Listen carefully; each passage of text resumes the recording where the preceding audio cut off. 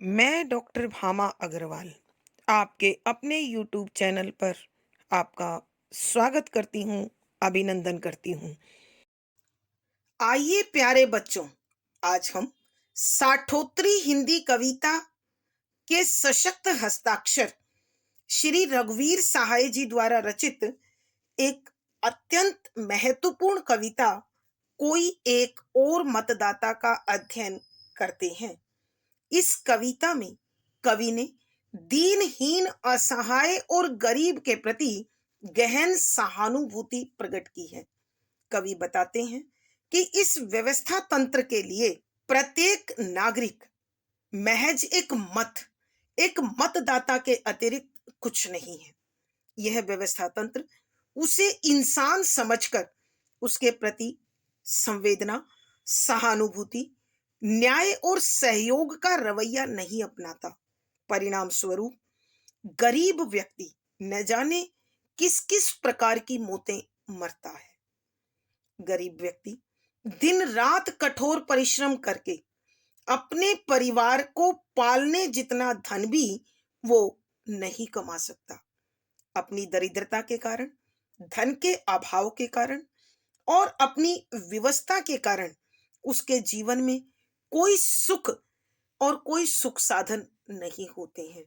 अतः प्रतिदिन उसके परिवार के सपने, उसके अरमान, उसके भविष्य को लेकर सुनहरे ख्वाब उसने देखे थे, वो सब के सब प्रतिदिन दम तोड़ते हैं, समाप्त होते हैं, रिश्ते हुए जख्म बन जाते हैं। यहाँ कवि बता रहे हैं कि स्वतंत्र भारत का नागरिक प्रतिदिन सुबह उगते सूरज के साथ कठोर परिश्रम करता है और जब तक उसका काम खत्म होता है तब तक सूरज डूब जाता है और उसके काम खत्म होने के साथ साथ शाम भी खत्म हो जाती है।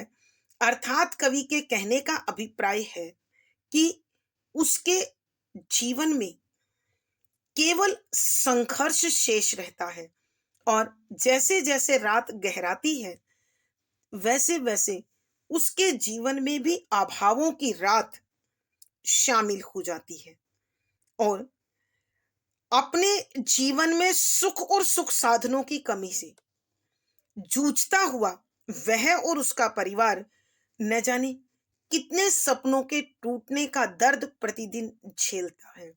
और यह भारत के एक नागरिक की कहानी नहीं है, बल्कि अनेक ऐसे दीनहीन, असहाय, गरीब नागरिकों की कहानी है जो न जाने किस किस प्रकार से अपने टूटते सपनों के साथ प्रतिपल मरती है। यहाँ कवि ने एक प्रेमी प्रेमिका के उस जोड़े का उदाहरण प्रस्तुत किया है जो अपने सुनहरे भविष्य को संजोकर खुशहाल जीवन जीना चाहता है, मगर इस दरिद्रता के कारण, गरीबी के कारण भरपेट भोजन तक उन्हें प्राप्त नहीं होता। अतः वह अपनी आत्महत्या की सूचना सूचना विभाग को देख मृत्यु को प्राप्त हो जाते हैं। यहाँ कवि एक और प्रसंग अभागे खुशीराम का उठाते हैं कि वह खुशीराम अपनी दरिद्रता, अन्याय, अत्याचार और विवशताओं से जूझता हुआ भी ट्रांजिस्टर के साथ खुशी खुशी अपना जीवन बिताता है। दुर्भाग्य से एक दिन उसका कत्ल हो जाता है और एक समाचार पत्र का संपादक उसके कत्ल की सूचना बड़ी सुर्खियों के साथ प्रकाशित करता है और बताता है कि दोपहर में उसका कत्ल कर दिया गया। उस समय देश में किसी विशेष प्रकार की राजनीतिक उठापटक नहीं थी और राजनीतिक उथल पुथल के अभाव में वह खुशीराम राजनीतिक मसलों का मसाला नहीं बन पाया। परिणाम स्वरूप उसकी मृत्यु को उसकी बदचलनी के कर्मों का परिणाम घोषित किया गया और बताया गया कि यह उसके कर्मों का फल था और यह व्यवस्था तंत्र उस गरीब के साथ, उस दीनहीन व्यक्ति के साथ कोई न्याय नहीं करता है।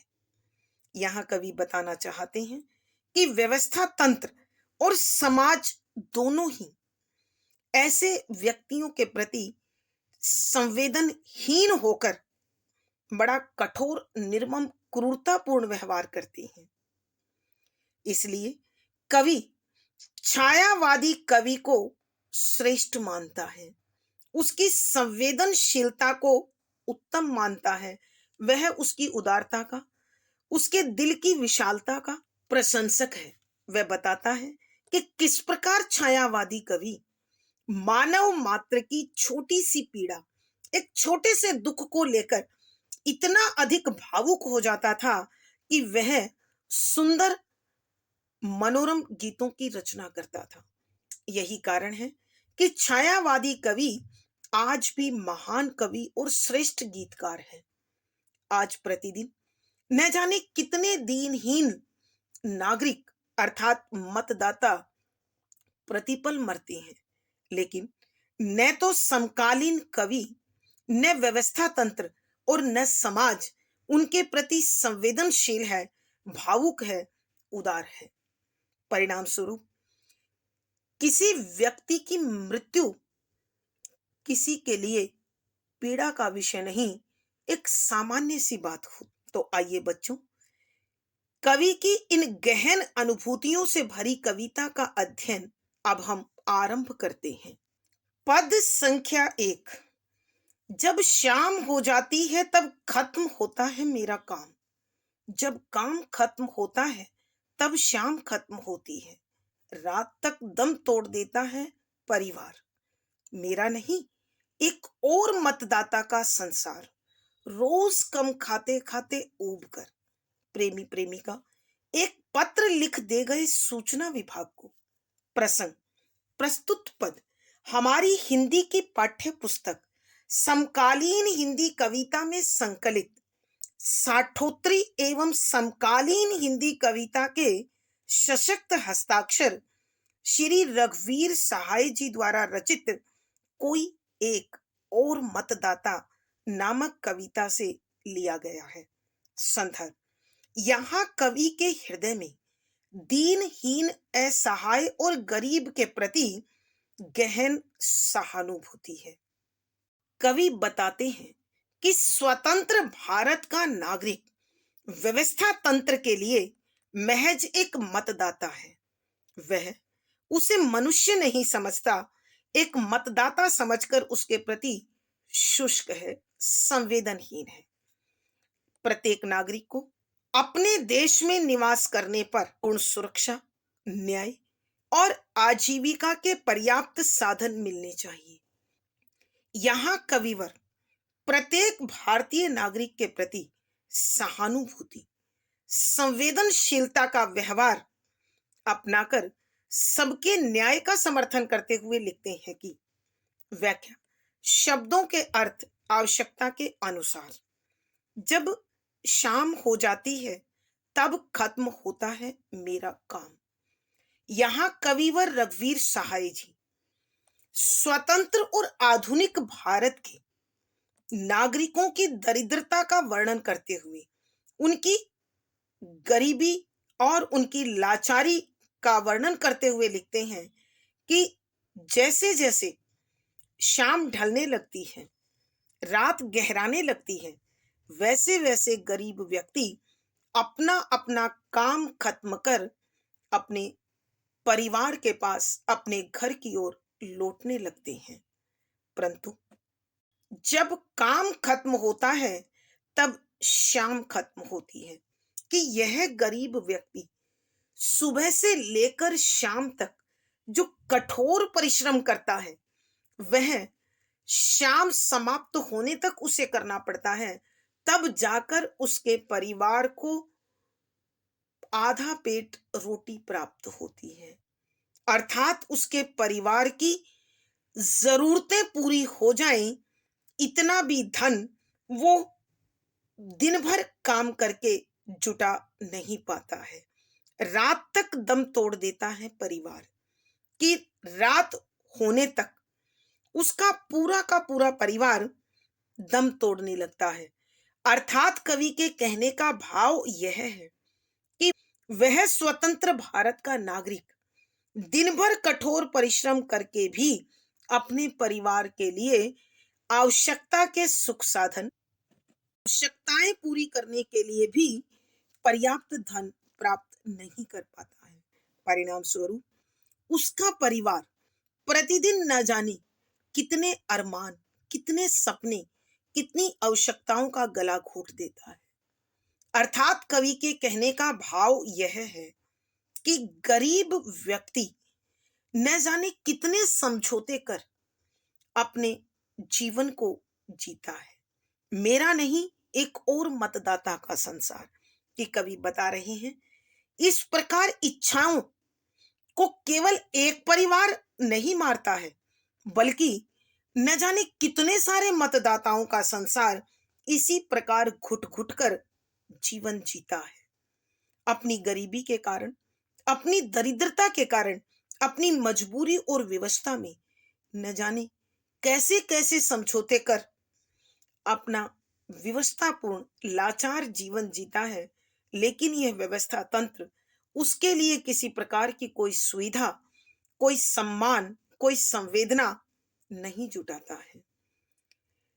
यह दशा, यह स्थिति केवल एक व्यक्ति की नहीं है, बहुत सारे नागरिकों की है, बहुत सारे मतदाताओं की है।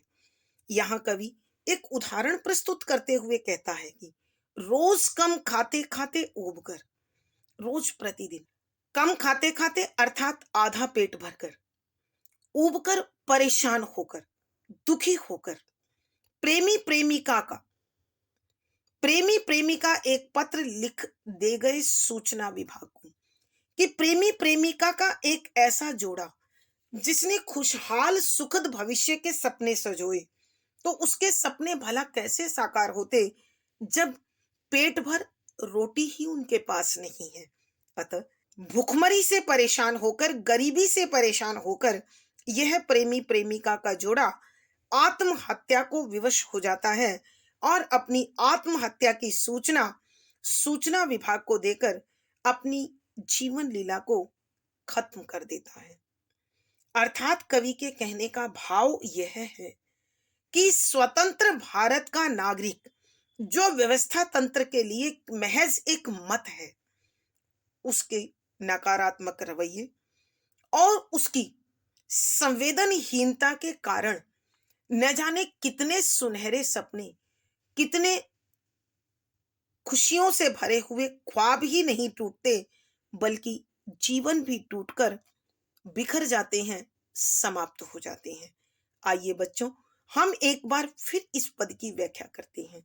यहाँ कविवर रघुवीर सहाय जी स्वतंत्र भारत के उस नागरिक की विवशता का, लाचारी का, दरिद्रता का वर्णन कर रहे हैं जो व्यवस्था तंत्र के लिए महज एक मतदाता है। वह उगते सूरज से लेकर डूबते सूरज तक कठोर परिश्रम करता है और जैसे जैसे सूरज डूबता है उसके हाथ का काम भी समाप्त हो जाता है। जब काम खत्म होता है तब शाम खत्म हो जाती है कि जैसे ही उसका कार्य खत्म हो जाता है उसकी शाम भी खत्म हो जाती है। अर्थात उसके जीवन में किसी प्रकार का आनंद, खुशहाली, सपना शेष नहीं बचता है। रात तक दम तोड़ देता है परिवार कि जैसे जैसे रात बीतने लगती है, इस कठोर परिश्रम करने वाले दरिद्र व्यक्ति का, गरीब व्यक्ति का परिवार धन की कमी में, सुख की कमी में, सुख साधनों की कमी में, जरूरतों के पूरा न होने के दर्द के कारण न जाने कितने सपनों का गला घोट देता है। कितनी खुशियां, कितनी आवश्यकताएं, कितने सपने, कितने अरमान, कितने ख्वाब हर रोज दम तोड़ते हैं, अर्थात समाप्त हो जाते हैं। मेरा नहीं, एक और मतदाता का संसार कि कवि बताते हैं यह कहानी एक स्वतंत्र भारत के गरीब मतदाता की नहीं, बल्कि अनेक नागरिकों की है जो व्यवस्था तंत्र के लिए महज एक मत के अतिरिक्त कुछ और नहीं है। यहाँ कवि एक उदाहरण प्रस्तुत करते हुए कहते हैं कि रोज कम खाते खाते ऊब कर प्रेमी प्रेमिका एक पत्र लिख दे गए सूचना विभाग को कि प्रेमी प्रेमिका का वह जोड़ा जो खुशहाल जीवन के सपने सजोए हुए थे, लेकिन दरिद्रता के कारण, गरीबी के कारण उनके ये सारे सपने धराशायी हो गए। प्रतिदिन भूख से लड़ते हुए, भूखमरी से जूझते हुए आखिरकार इस प्रेमी प्रेमिका के जोड़े ने सूचना विभाग को आत्महत्या की सूचना देकर अपनी जीवन लीला ही समाप्त कर दी। अर्थात कवि के कहने का भाव यह है कि जिस प्रकार यह प्रेमी प्रेमिका का जोड़ा अपने सपनों को ही नहीं, जीवन को भी समाप्त कर गया, ठीक उसी प्रकार इस स्वतंत्र भारत में, इस समर्थ भारत में न जाने कितने मतदाता व्यवस्था तंत्र की संवेदनहीनता के कारण, उनकी शुष्कता के कारण जीवन समाप्त करने को मजबूर है। भावार्थ, कवि के कहने का भाव यह है कि आज व्यवस्था तंत्र इतना अधिक संवेदनहीन हो गया है कि भारत का नागरिक उनके लिए महज एक मत के अतिरिक्त कोई और महत्व नहीं रखता है। परिणाम स्वरूप वह अपनी मनुष्यता को, मानवता को छोड़ चुके हैं और स्वतंत्र भारत के ये नागरिक अपनी दरिद्रता से जूझते हुए, अपनी गरीबी से जूझते हुए न सिर्फ सपनों का गला घोटते हैं, बल्कि कभी कभी अपने जीवन को भी समाप्त कर देते हैं। विशेष यहाँ कवि ने स्वतंत्र भारत के व्यवस्था तंत्र पर करारा प्रहार किया है। सरल, सहज, परवाहमयी खड़ी बोली का प्रयोग है। व्यवस्था तंत्र के प्रति आक्रोश तथा दरिद्र और गरीब के प्रति सहानुभूति प्रकट हुई है।